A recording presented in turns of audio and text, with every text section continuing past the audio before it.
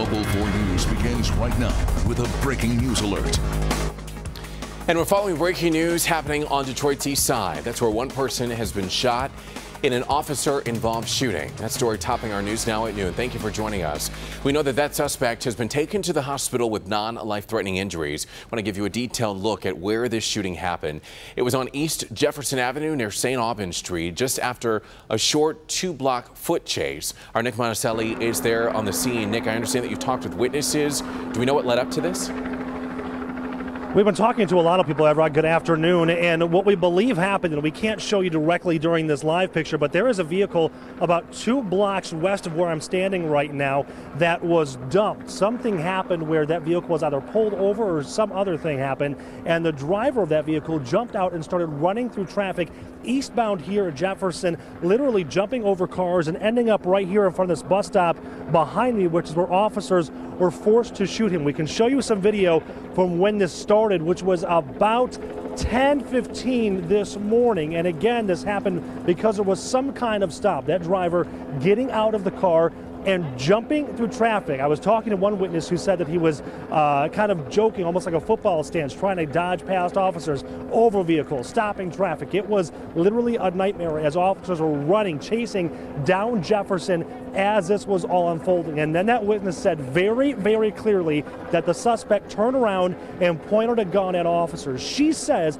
that the officers showed an extreme amount of restraint and did not shoot the suspect immediately. They tried working with him, but then it got to a point where he started aiming that gun at the officers, and that is when she said the officers were forced to fire. I should point out that that suspect has non-life-threatening injuries. One of the officers I talked to says that he believes that he was taken to Detroit Receiving Hospital, potentially shot in the arm or the leg or both. But as you look around here, you can see there are many shell casings that were fired. The witnesses says that there were a lot of gunshots. But again, very clear that witness says that he pulled a gun and aimed it at these officers. The man was screaming and yelling, and he was running around, and they were trying to catch him.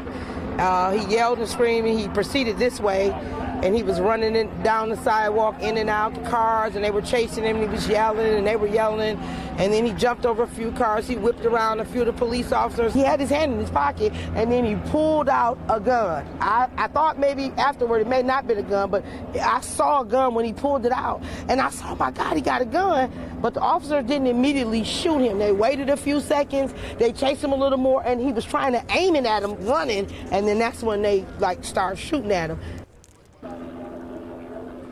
As you're looking live now at Sky 4 above this scene, you can get an idea of how large of a scene this is. Jefferson is closed in both directions, and the scene spans about 3 blocks, maybe even 4 blocks, closed again in both directions, and it will be closed for some time. Back here live on the ground now, you can see there are dozens of detectives and officers here. In fact, Detroit Police Chief James Craigie is also here. He is expecting to come over here and give us a live update on exactly what happened, some more details about why this started in the first place. A sergeant with the department mentioned that there was some kind of mental check. I couldn't quite understand or get a clear answer on what that meant, if there was some kind of mental check with with the suspect, why the stop initiated in the first place. All of those questions we're hoping to have answered here with the chief sometime during this 12 o'clock newscast. But most importantly, you've got a suspect that was shot in the arm or the leg with non-life-threatening injuries. And I'm actually going to kind of pause just here for a moment, because the chief is walking over to us as we speak. So this might be a good opportunity for us just to pause and wait for the chief to come over here, because this is going to happen in just a moment here. In fact, the sergeant is saying, okay, it's going to happen right now here. So again, we believe that there was one suspect who was shot, non-life-threatening injuries. And Sergeant, you've got no officers that are injured, correct? As of right now, the sergeant says there are no officers that are injured. The chief is walking over here right now. We'll get a live update with him. And in terms, Nick, of the roads that are blocked off, can you kind of give us an idea of what areas people need to avoid as we wait for the chief to come by? Yeah, Evrod, it's Jefferson right here at Du Bois. That's closed off, and here's Chief Craig. Right now, what can you tell us at this point? Okay, as you know, this is a very fluid investigation, still very much at the beginning, but this is what we know right now. So 11 o'clock, the officers get a radio call, which initially was a non-priority radio call in the 1900 block of Jefferson at a hotel. That call was upgraded to a possible mental subject armed with a gun. So as the officers arrive to the location, they make contact with this subject. He was somewhat resistive. He would not talk with the officers. So at some point, he leaves the hotel, kind of running away from the officers. But in doing so, he runs out into traffic here on Jefferson. He gets slightly struck by a vehicle. Now, trying to describe this thing so you have an understanding of what his actions were prior to the shooting incident, throughout their contact and his running, he maintained his hand in at least one of his pockets. So after being struck by the vehicle, he recovers, he turns and faces the officer. We now know he possibly fired as many as 3 shots at the officers from a 9mm handgun. Those shots never took effect. Certainly the officers, both fearing for their life, returned fire. 2 of the 4 officers that were on scene at this time, they did strike the subject. Right now, we believe non-life-threatening injuries. Possibly 2 or 3 times the subject was hit. He is right now in surgery. But again, we believe that they're non-life-threatening. So again, subject fires on our officers, fearing for their safety, returned fire. Now, this is what we know about the subject. He's around 31 years old. In 2014, he was discharged from parole.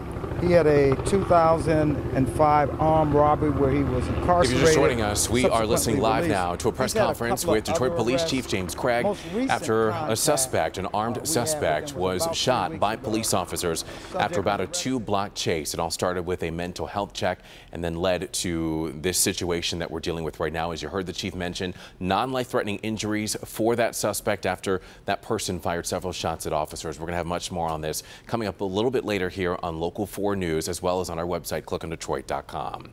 Right now, we want to get to even more breaking news that we're following out of Warren. That is where a very scary situation happened. A chunk of concrete went flying right through a woman's windshield on 696, hitting her in the side of the head and knocking her unconscious. A very scary scene there. Rod Maloney joining us live now from that portion of freeway. Rod, first of all, is this driver going to be okay? Well, you know, Evrod, the police are telling us, Michigan State Police are saying that she has non-life-threatening issues, or make that non-life-threatening injuries. But the thing is that that could be police speak for she's lucky to be alive, because she did get that boulder right through the front of her windshield. And we got to look at this piece of concrete the size of a football, and it hit her actually square in the face. The pictures are as alarming as they are frightening, because this could happen to anyone. Just before 9 o'clock this morning, a 46-year-old Grosse Pointe woman drove westbound on I-696 in this black Buick Enclave SUV. All of a sudden, without notice, a chunk of highway broke loose and somehow flew up and crashed through her windshield, hitting her square in the face. The impact snapped her sunglasses in half, sliced open her forehead, and knocked her out. The SUV then veered into the car beside it. They both careened to the side of the highway. The airbags deployed inside the Buick. Michigan State Police responded with Warren Fire Department and quickly took the woman to nearby St. John's Hospital on I-94 in Moroz. This is the piece of I-696 sitting on the floor inside the vehicle. It weighs at least 10 pounds. No one is certain just how a cement block this size ended up airborne during rush hour, but certainly high speed contributed to it. The accident backed up traffic for miles, and a Macomb County patch crew had to come out and put cold patch on the hole left behind. It's located at Hoover and I-696. Took that patching crew about an hour to get the highway fixed, and for the police department, the MSP, to open up the highway. It finally got back to normal, but it was about an hour and a half actually after the accident had happened. We put in a call to MDOT to hear what they have to say about what happened out here, what they're going to do to check to see if there's a way to prevent this kind of breakage in the future. Not heard back from them yet, but we'll continue to check with them as we go through our coverage. Reporting live in Warren, Rod Maloney, Local 4. Wow, Rod, thank you for the update. Knowing that speeds there can be somewhat 70 miles an hour, it's remarkable that this woman is okay, at least for now. Right now, we want to go to some lighter news this afternoon. And by lighter, I mean warmer news in terms of the weather. Starting out the morning pretty hot, Brandon. We're just creeping up and up closer to, what, 85 degrees today we're expecting? Hats off to Mount Clemens, one of our cooler spots this morning. Most of us started around 70 degrees. Mount Clemens was at 60, which is warm still, but already up to 83 degrees in Macomb County, 80 in Ann Arbor, 80 in Howell, 79 for you in Pontiac. We have 81 at Metro Airport, 78 in Harrow, Ontario. The winds are whipping. You saw Rod's live shot there, and things are blowing around pretty good here. Southwest winds 10 to 25 miles an hour, and that means a pretty uniform coverage of warm air. Gusts right now 25 to almost 35 miles an hour. So batten down the hatches, but be prepared to deal with the heat. Don't overdo it out there. Upper 80s, close to 90 through the afternoon. Evrod? Man, is it hot today. Brandon, thank you. In other news, today, House Speaker Paul Ryan said the time is now to hear from former FBI Director James Comey. He also says Congress must gather all relevant information before rushing to judgment on President Trump's firing of Comey. What we don't do is try to meet the facts within some 24-hour news cycle. What we do is dispassionately do our jobs and make sure that the investigations follow the facts wherever they may lead, and that obviously takes some time. There's an FBI investigation going on right now with all things related to Russia, done by the career professionals at the FBI, who are going to continue to be career professionals, and the acting director just said the other day that no one has tried to impede that investigation. Now, Ryan also said a House committee has requested a Comey memo where he claims that the president asked him to drop the investigation into Michael Flynn. All right, still ahead here at noon. It's being called the Great California Bee Heist. Find out how one man was able to steal nearly $1 million worth of bees. And this gustnado gets dangerously close to the highway. We've got the video, more of this video that captured the storm up next. And as we go to break, we are continuing to follow breaking news from Detroit's east side. One person was shot there in an officer-involved shooting. You're looking at video from the scene. It's at East Jefferson Avenue near St. Albans Street. Police tell us, Police Chief James Craig just said that shots were fired after about a 2-block police pursuit. The suspect has non-life-threatening injuries. More news in just a moment. All right, welcome back, everyone. Amazing pictures and video of this storm, all caught on camera. These images are of a huge gustnado, as it's called, moving across a farm field in southeast Nebraska. A gustnado is a ground-based swirling wind that can form on the leading edge of a severe thunderstorm. Unlike a tornado, a gustnado spins upward from the ground and is not connected to the base of a cloud. In this case, the storm dissipated before it really caused any major damage. And a suspect emerges in what was the biggest bee heist in California history. You might remember back in January, hundreds of hives vanished near Sacramento, and now police believe they have their suspect. The 51-year-old was arrested last month on suspicion of possessing stolen property. This man, the stolen beehives are worth $800,000. New at noon. Still ahead, a man builds a 35-foot tall pirate ship right in his backyard. We'll tell you what he says inspired him to create this one-of-a-kind treehouse. Brandon? Part of the forecast today, other than the heat, is the wind. It's a conveyor belt. The hot hair dryer is blowing. Feels a lot like summer, but for how long? Some showers and storms could put an end to it soon. Next. He kept a dark secret from his days in the military. There was a lot of anger. I hated the Navy. I hated the VA. Sexually assaulted while serving our country. One grabbed me and pulled me in. And now he's sharing his story and his time to help those who know the pain. The Defenders, tonight at 11. All right, welcome back, everybody. With the weather the way it is right now, my afternoon is going to consist of going to the park, going to the pool, and then maybe riding the Q line. Really? Yeah, why not? Can you take the Q line to the pool? No. They don't connect yet? It doesn't go that far. That would be nice. Boy, I tell you, take a look at this. This is a picture on our Local 4 storm pins from a robin in Novi yesterday on Walled Lake. And a beautiful sunset with some of those high clouds. Our Tom Holzer Ford Local 4 storm pins is a free app. Search WDIV, share your beauty pics. The primary goal of Storm Pins was to share pictures and video of storms so that you have an idea of what is coming your way, and you may need this tomorrow afternoon and evening. Meantime, let us enjoy the summer heat. It is a little bit windy out there. The wind a nuisance, I would say 15 to 30, gusting at times 30 to 40. So hanging baskets, maybe garbage cans, things like that could be knocked over.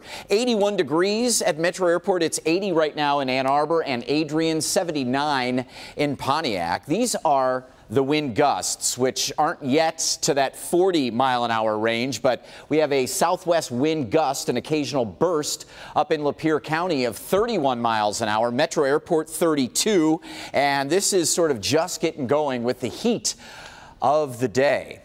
And the evening, if you're heading to the Tigers game or you have your own lacrosse, softball, baseball games tonight, warm and breezy. The winds at Comerica Park will be blowing out into the left field stands, likely a southwest wind, so not necessarily blowing out to left, more into the stands in left field. But temperatures should be in the 80s most of the evening and through the game. 89 or so for the afternoon high temperature, starting to get some of those heat-induced clouds forming through the afternoon hours, but 69 degrees overnight with an isolated shower possible. Right now, the satellite and radar picture good to go. It's been active all day to the west of us, and looking at the big picture, mountain snow here on the 17th of May, and the potential for severe weather over the Plain States today, but some of that comes our way. Tomorrow's severe risk will be again in the center part of the country, but Michigan is under a marginal risk for severe weather. Doesn't look like anything crazy coming your way. Again, overnight, a couple of showers coming through. Nothing big here. Don't worry too much about this. But as we head into the late afternoon and evening, it is eyes to the skies for the possibility of a storm or two to produce dangerous wind and lightning.